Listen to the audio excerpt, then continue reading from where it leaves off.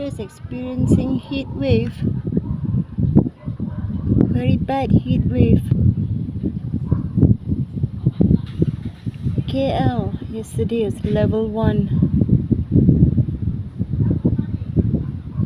The cloud seeding seemed to have worked, but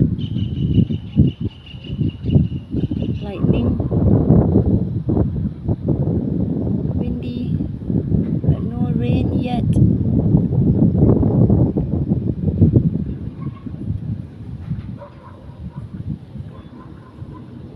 Hopefully it'll rain. It's too hot. Too hot.